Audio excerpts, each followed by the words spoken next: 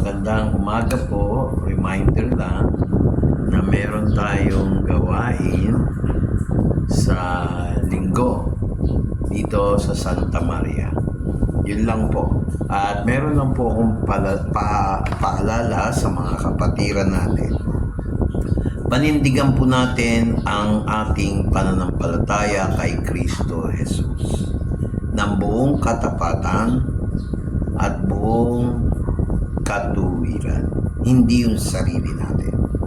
Pangalawa, gusto ko rin po paalala, nasa bingit ng problema ang ating bansa, panindigit natin kung ano yung totoo. Huwag tayo magpalinlang sa mga balitang hindi totoo. Kailangan panindigan natin. Mag-research tayo, mga kapatid.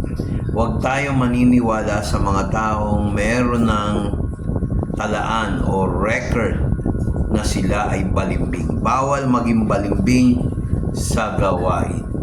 Katulad nito, bawal ang balimbing sa mga opinyon. Pag nakikinig po tayo sa tao, kailangan yung taong pinakikinggan natin, maingat nating suriin. Sabi po dito sa Revelations chapter 3, verse 15 to 16, ang sabi, I know thy works, that thou art neither cold or hot. I would that you were cold or hot. So then, because you are lukewarm, or neither cold or hot, I will spew you out of my mouth. Tagalog, pakinggan niyo po. Sa Revelations chapter 3, verse 15 to 16 po, ang sabi ganito, alam ko kung ano ang inyong ginawa at kayo na sino mang malamig o mainit. Nais ko na kayo ay maging malamig ni mainit. Kaya dahil kayo ay maligamgam ni mainit o malamig, malapit ko na kayong isuka buhat sa aking bibig. Tandaan niyo po, kahit saan larangan, business, government, politics, at yung ating bobotohin, siguraduhin nyo, marunong manindigan. Hamon to sa ating mga Kristiyano, mga kapastoran, mga manggagawa ng Diyos. Huwag tayo boboto sa darating na eleksyon na mga kandidatong balimbing, walang paninindigan, mga traidor, mga hindi sumusunod sa batas ng tamang katuwiran. Hindi ginagamit yung batas sa tama, huwag nyo boboto yun. Bawal ang balimbing. Tandaan nyo, ayan ang sabi niya rito, ulitin ko. Sabi na, ang nagsasalita po dito sa kinote ko sa Revelations chapter 3 verse 15 to 16, ang Diyos mismo. No? Sabi niya rito, no? Alam ko kung ano ang inyong ginawa at kayo'y na sino mang malamig o mainit.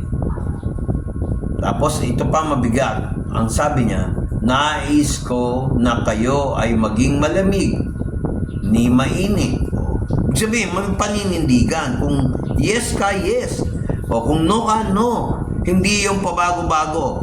Kakampi ka ngayon, bukas kaaway ka. Tapos mamaya, nung nakita mo saan malakas, doon ka namang ulit kakampi, magiging maganda yung opinion mo. Mali yan. Bawal ang balimbing sa Diyos. Ang sabi niya, dahil kayo ay maligamgam, o sa Ingles, lukewarm, ni mainit o malamig, malapit ko na kayong isuka buhat sa aking bibig. Mga kapatid, matagal pa po ang rapture. Matagal pa ang pagdating ng Antichrist. Kasi may chance pa for peace. Alam niyo, ang Pilipinas may sign. Kung sino nakikipagkaibigan sa Pilipinas, binibless ni Lord. Tingnan mo ang China, naging kaibigan ang ating Pangulo, ayaw ng gera. Tingnan mo si USA, kaibigan niya ang ating bansa. binebless. Hindi sila sangayon sa mga injustices. Kaya bawal po, huwag kayong maniniwala dun sa opinion ng mga tao na balimbing. Yan ang pinakadelikado sa lahat. Ang pinsan ng balimbing ay mga traidor. Ang kapatid ng mga traidor ay yabang at inggit. Mga kapatid, panindigan natin, kagaya ng sinabi sa Ephesians chapter 6 verse 12, kung naalala nyo, hindi tayo nakikipag-away sa tao kung tutusin. Mga espiritong kinokontrol ang mga tao. Ano ang sagot dyan? Manindigan tayo na may pananampalataya kay Jesus Christ. Sabi nga ni Jesus, ibigay mo ang kay Cesar, ibigay mo yung sa Diyos ay para sa Diyos. No? Isuko ang dapat sa Diyos. Kasi pag hindi natin sinuko yung para sa Diyos, isusuka tayo ng Diyos. Kita nyo, nataon yung pagkatagalog. I will spew you out of my mouth. Mga kapatid, tandaan nyo, pag tayo bumoto man, kung tayo maglilingkod sa Diyos, kung tayo magiging faithful, piliin nating maigi yung tamang iboboto natin. Iboto natin lahat ng prinsipyo na nakalaan kay Heso Kristo. So, yun po. I-surrender natin ang para sa Diyos. Huwag natin kakaligtaan. Iwasan yung mga balimbing, mga nagdudunong-dunungan, iwasan natin. Huwag din tayo magdudung-dunungan. Ibigay natin kay Jesus Christ lahat masosolve yan.